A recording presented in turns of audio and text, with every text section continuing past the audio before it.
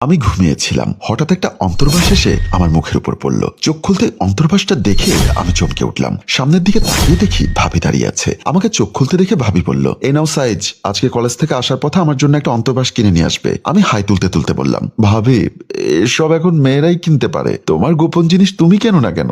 আরে আমি কি তোদের মতো সবসময় মার্কেটে যাই নাকি? তাহলে তো ওসব ভাইয়াকে দিয়ে আনাতে পারো, তুমি ভাইয়ার ভাগ নিতে পারো, আর ভাইয়ার জিনিস তোমার আনতে সমস্যা কোথায়? ভাবির কথাটা আমি বুঝতে পেরেছি, কিন্তু সত্যি কথা বলতে ভাইয়ার ভাগটা আমি ইচ্ছা করে নেইনি, ভাবি আমাকে জোর করেছে। আমাকে চুপ থাকতে দেখে ভাবি আবার বলল, কি হলো, সাইজটা তো তোমার জানার কথা, তবুও তোমার সুবিধার্থে অন্তর্বাসটা দিলাম। কলেজ থেকে আসার পথে মনে করে নিয়ে আসবে। সেদিন তোমার রুম থেকে তাড়াহুড়ো করে বের হতে গিয়ে একটা অন্তর্বাসের ফিতা ছিঁড়ে ফেলেছি। মেয়েদেরও সব দোকান থেকে কিনতে আমার লজ্জা লাগে। বাবা, মেয়েদের সাথে সব করতে লজ্জা লাগে না, দোকান থেকে একটা অন্তর্বাস আনতে লজ্জা লাগে। জানি ভাবির সাথে কথায় পারবো না। এই মহিলাটা অন্য সব মহিলার চেয়ে আলাদা। ঘরে স্বামীকে রেখে আমার সাথে সম্পর্ক তৈরি করেছে। বুঝতে পারলাম উনি আমাকে দিয়ে এসব আনাবেই আনাবে। শেষ পর্যন্ত নিরুপায় হয়ে বললাম, ঠিক আছে, কলেজ শেষ করে আসার সময় নিয়ে আসবো। এখন আমার জন্য নাস্তা রেডি করো, আমি গোসল সেরে কলেজে যাব। বলেই খাট থেকে নেমে গোসল করার জন্য বাথরুমে ঢুকে গেলাম। বাথরুমে ঢুকে গোসল করার জন্য প্রস্তুতি নিচ্ছিলাম। এমন সময় দেখলাম দরজা ঠেলে ভাবি বাথরুমে ঢুকে গেছে। কি ব্যাপার ভাবি, তুমি বাথরুমে ঢুকলে কেন? আমি এখন গোসল করব। ভাবি একটা হাসি দিয়ে বলল, গোসল কি তুমি একা করবে? আমি করব না, আপনি অন্য বাথরুমে যান।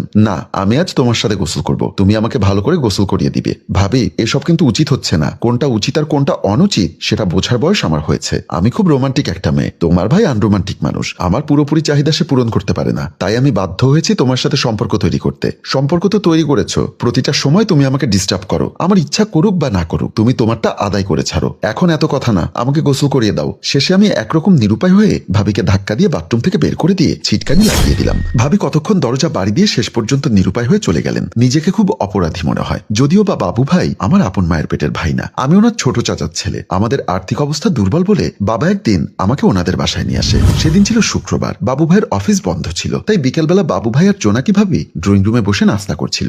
বাবা আর আমি ওনাদের বাসায় আসি। আমার বাবাকে দেখে বাবু ভাই সালাম দিলেন, আসসালামু আলাইকুম চাচা। ওয়ালাইকুম আসসালাম। আসতে কোনো সমস্যা হয়নি তো? না, কোনো সমস্যা হয়নি, সব কথা তো তোকে মোবাইলে বলেছিলাম। কি করব বাবা, আমি গরিব মানুষ, ছেলেকে ভার্সিটিতে পড়ানোর মতো সামর্থ্য আমার নেই। তাই তোর চাচি বলেছিল তোর এখানে রেখে ওকে যদি একটা চাকরি বাকরির ব্যবস্থা করে দিতে পারতি তাহলে আমার বড় উপকার হতো রে বাবা। মুন্না, পড়ালেখা কতটুকু করেছিস? অনার্স শেষ করেছি, মাস্টার্সে ভর্তি হতে পারিনি। আমার কথা শুনে ভাইয়া বলল, তোর সার্টিফিকেট গুলো এনেছিস? জি ভাইয়া। বলেই ব্যাগ থেকে সার্টিফিকেট বের করে সার্টিফিকেটের ফাইলটা ভাইয়ার হাতে দিলাম। ভাইয়া সার্টিফিকেট গুলো দেখতে লাগলেন। উনি সার্টিফিকেট গুলো ভালো করে দেখে বললেন, তোর তো এসএসসি, এইচএসসি এবং অনার্স এর রেজাল্ট ভালো, তাহলে মাস্টার্স কমপ্লিট না করে পড়ালেখা থেকে ড্রপ করছিস কেন? তুই তো জানিস বাবা, আমার আর্থিক অবস্থা অতটা ভালো না। ওকে এতটুকু পড়াতে আমার অনেক দেনা হয়ে গেছে, আমার পক্ষে আর তাকে লেখাপড়া করানো সম্ভব না। ভাইয়া কিছুক্ষণ চিন্তা ভাবনা করে বলল, চাচা, এখন চাকরির যে অবস্থা, অনার্স শেষ করে ভালো কোনো চাকরি পাবে না। তুমি ওকে নিয়ে কোনো টেনশন করো না, ওকে আমি এখানে ভালো কোনো কলেজে ভর্তি করিয়ে দিব, আর পড়ালেখার যত খরচ তা আমি বহন করব। তারপর উনি আমার দিকে তাকিয়ে বলল, তুই পড়ালেখা কর, পাশাপাশি দু একটা টিউশনি কর, বাকি খরচ আমি বহন করব। তারপর মাস্টার্সে ভালো রেজাল্ট করলে আমার অফিসে তোকে একটা চাকরির ব্যবস্থা করে দিব।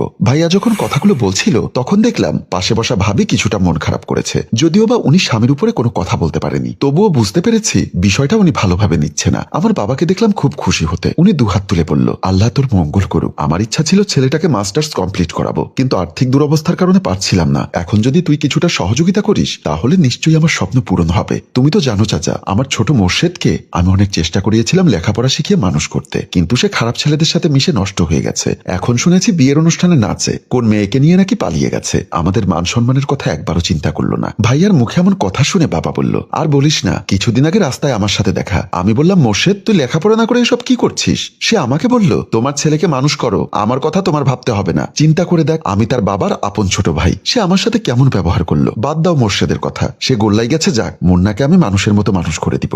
শুকুর আলহামদুলিল্লাহ। ভাইয়া ভাবির উদ্দেশ্যে বলল, যাও, চাচা এবং মুন্নার জন্য নাস্তার ব্যবস্থা করো। সেদিন অনিচ্ছা সত্ত্বেও ভাবিকে দেখলাম উঠে চলে যেতে। সেদিন রাতে ভাইয়া আর ভাবি যখন শুয়েছিল তখন ভাবি ভাইয়াকে বলছিল, কোনো দরকার ছিল শুধু শুধু একটা ঝামেলা মাথায় টেনে নেওয়ার? কোন ঝামেলার কথা বলছো? তোমার চাচাতো ভাই মুন্নার কথা বলছিলাম। তুমি সারাদিন অফিসে থাকো, বাসায় আমি একা থাকি। ও একটা অবিবাহিত ছেলে। সাথে সাথে আমার ভাইয়া ভাবিকে থামিয়ে দিয়ে বলল, আমার ছোট মঞ্জুর মোর্শেদ নষ্ট হয়েছে বলে তুমি এটা ভেবো না আমাদের বংশের সব ছেলেরাই খারাপ। মুন্নাকে আমি ছোট থেকে দেখে আসছি, সে অতটা খারাপ ছেলে না, আমি ওকে 100% বিশ্বাস করি। সেদিন ভাবি ভাইয়ার উপর আর কোনো কথা বলতে পারল না। আমি বাথরুমে গোসল না করে ভাবছি যে মানুষ মানুষটা আমাকে অন্ধের মতো বিশ্বাস করেছে, আমি সে মানুষটার ইজ্জত নিয়ে টানাটানি করছি, এই কথা ভাইয়া যদি জানতে পারে তাহলে কতটা আঘাত পাবে ভাবতেই আমার কষ্ট হচ্ছে। কিন্তু আমি কি করব? যদিও বা সেদিন ভাবি আমাকে অতটা পছন্দ করেনি, কিন্তু দিন যত গড়িয়েছে ততই ভাবি আমার প্রতি দুর্বল হয়েছে। একটা সময় মনে করতাম মেয়েদের রূপ যৌবন দেখে ছেলেরা পাগল হয়, এখন এসে দেখছি কিছু কিছু মেয়েরাও ছেলেদের স্মার্টনেস ও রূপ যৌবনের প্রতি দুর্বল হয়, যার উৎকৃষ্ট উদাহরণ আমার জোনাকি ভাবি। স্বামী ওনাকে অন্ধের মতো বিশ্বাস করে, আর উনি তলে তলে আমার সাথে এসব করে বেড়ায়, যেটা সম্পূর্ণ আমার ইচ্ছার বিরুদ্ধে। কি করব? আমিও তো পুরুষ মানুষ, নিজেকে কতক্ষণ কন্ট্রোল করে রাখতে পারি? 7-5 ভাবতে ভাবতে গোসল করার জন্য বাথটাবের পানি ছাড়লাম। গোসল করা শেষ করে কলেজে যাওয়ার জন্য রেডি হয়ে যখন ডাইনিং টেবিলে আসলাম, তখন দেখলাম ভাবি নানা পদের ফলমূল ও 1 গ্লাস দুধ রেডি করে রেখেছেন। দুধ দেখে আমি ভাবিকে বললাম, তুমি তো জানো আমি দুধ খাই না, দুধ খেলে আমার পেট ডিস্টার্ব হয়। ভাবি হাসতে হাসতে বলল, দিন দিন তোমার গায়ের জোর কমে যাচ্ছে, এখন আর আগের মতো তোমাকে নিয়ে মজা পাচ্ছি না, তাই বুদ্ধি করে তোমার ভাইকে দিয়ে ফলমূল এবং দুধ আনিয়েছি, এগুলো সব খাও, তারপর শক্তি সঞ্চয় হবে। আমি ভেবে কুল পাচ্ছি না, এই মহিলাটা কি সারাক্ষণ এগুলো নিয়ে পড়ে থাকে? ওনার মাথায় কি আর কোনো ভালো কিছু নেই? আমাকে ওসব খেতে দিয়ে উনি বলল, তুমি নাস্তা করে কলেজের উদ্দেশ্যে চলে যেও, আমি রান্না চড়াতে গেলাম, বলেই উনি রান্নাঘরের দিকে চলে গেলেন। দুপুরের একটু পরে আমি কলেজ থেকে ফিরেছি, দরজার সামনে এসে কলিং বেল টিপতেই ভাবি এসে দরজা খুলে দিল। আমি ভেতরে ঢুকতেই এভাবেই আমাকে জড়িয়ে ধরতে চাইলো। আমি ওনাকে থামিয়ে দিয়ে বললাম, প্লিজ ভাবি, বাহির থেকে এসেছি, এখন খুব গরম লাগছে। ভাবি মন খারাপ করে বলল, আমি চেয়েছিলাম তোমাকে ঠান্ডা করে দিতে, কিন্তু ইদানিং দেখছি তুমি আমাকে অ্যাভয়েড করছো। তখন আমি ভাবির জন্য আনা অন্তর্বাসের প্যাকেটটি ভাবির হাতে দিলাম। ভাবি ওটা হাতে নিয়ে বলল, এটা কি? যেটা আনতে বলেছো। বলেই আমি চলে যেতে চাইলাম, উনি আমার হাত ধরে আটকিয়ে বলল, বাজার থেকে কিনে আনলে হবে, আমাকে পরিয়ে দিতে হবে না, রুমে চলো, ওটা তুমি নিজের হাতে আমাকে পরিয়ে দিবে। আমি ভাবির হাত থেকে নিজের হাতটা ছাড়িয়ে নিয়ে বললাম,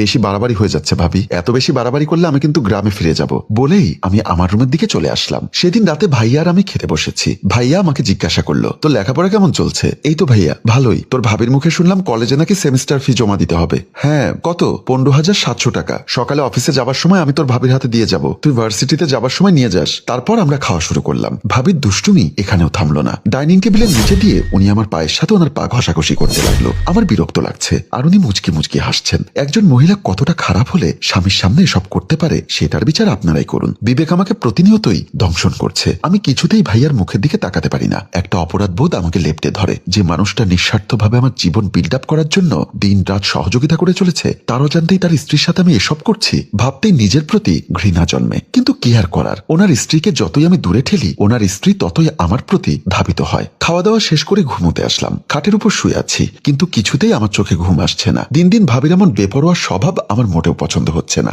না জানি কোন দিন ভাইয়ার হাতে ধরা পড়ে যাই। আমার মনে পড়ছে বাড়ি থেকে আসার সময় আমি যখন কাপড়ের ব্যাগ গুছোচ্ছিলাম, তখন মা এসে বলেছিল, মুন্না যাচ্ছিস তো চাচাতো ভাইয়ের বাসায়, ওই বাসায় নাকি বাবু আর তার বউ ছাড়া আর কেউ থাকে না, দেখিস বাবা এমন ভাবে চলবি যাতে কেউ কোনোদিন তোর কোনো ভুল ধরতে না পারে। মায়ের কথা শুনে আমি বলেছিলাম, মা যাচ্ছি একটা চাকরি জোগাড় করতে, ভালোই ভালো চাকরিটা পেলে 1 মাস ওনাদের বাসায় থেকে আমি কোনো একটা মেসে চলে যাব। তাই করিস বাবা, কথায় আছে পরের বাড়ি পরের ঘর, থুথু ফেলতেও লাগে ডর। মা তুমি তো তোমার ছেলেকে জানো, তাহলে এত ভয় পাবার কারণ কি? ভয় পেতাম না রে বাবা, যদি বাবু তোর আপন ভাই হতো, চাচাতো ভাই বলে কথা, তাই এত ভয় পাচ্ছি। অথচ বাবু ভাই আমাকে নিজের ভাইয়ের চাইতে বেশি সুনজরে দেখেন। আমি শুধু মাকে দেওয়া কথাটা রাখতে পারছি না, তার কারণটাই হচ্ছে জোনাকি ভাবি। দিন দিন অপরাধবোধ আমাকে কুড়ে কুড়ে খাচ্ছে। সারাক্ষণ ভাবির টেনশনে আমি ঠিকমতো লেখাপড়াও করতে পারছি না। এই মহিলার কোনো ঠিক ঠিকানা নেই, বিন্দু মাত্র স্বামীকে ভয় পায় না। না জানি কোন দিন স্বামীর সামনে আমাকে জড়িয়ে ধরে, তখন আমার প্রতি বাবু ভাইয়ের বিশ্বাসটা বালুচরে বাঁধা ঘরের মতো নিমেষেই মিলিয়ে যাবে। ভাবতে ভাবতে রাত প্রায় 2টো বেজে গেল। ওদিকে বাবু ভাই আর জোনাকি ভাবি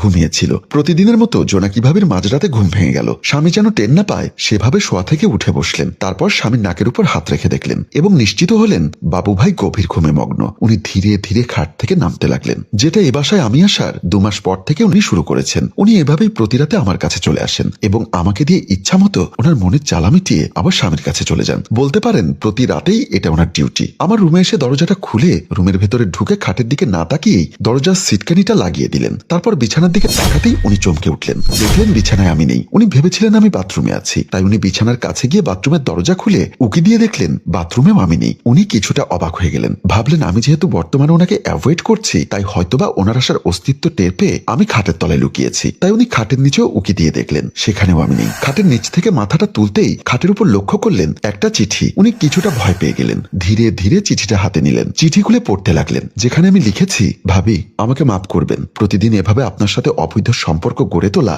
আমার পক্ষে সম্ভব না। ভাইয়ার মতো একজন মানুষকে প্রতিনিয়ত আপনি আমি ঠকিয়ে যাচ্ছি, যেটা ভাইয়া চোখে না দেখলেও উপরওয়ালা দেখছেন। কারো বিশ্বাসে আঘাত করে কেউ কখনো সুখী হতে পারে না। ভাইয়া আপনাকে আর আমাকে অন্ধের মতো বিশ্বাস করেন, আর আমরা দুজনেই প্রতি রাতে ওনার বিশ্বাসে হাতুড়ি পেটা করি। একটা কথা মনে রাখবেন ভাবি, কারো বিশ্বাস ভাঙা আর আল্লাহর মসজিদ ভাঙা একই কথা। তাই নিরুপায় হয়ে আমি গ্রামের বাড়িতে চলে গেলাম। পারলে আমাকে ক্ষমা করবেন। ভাবি চিঠিটা বুকে চেপে ধরে কাঁদতে লাগলেন। হ্যালো ভিউয়ার্স, আপনারাও কি তাই মনে করেন? কারো বিশ্বাসে আঘাত করে কেউ কখনো সুখী হতে পেরেছে? এই গল্প সম্পর্কে আপনার মতামত কমেন্ট বক্সে লিখে জানান। আর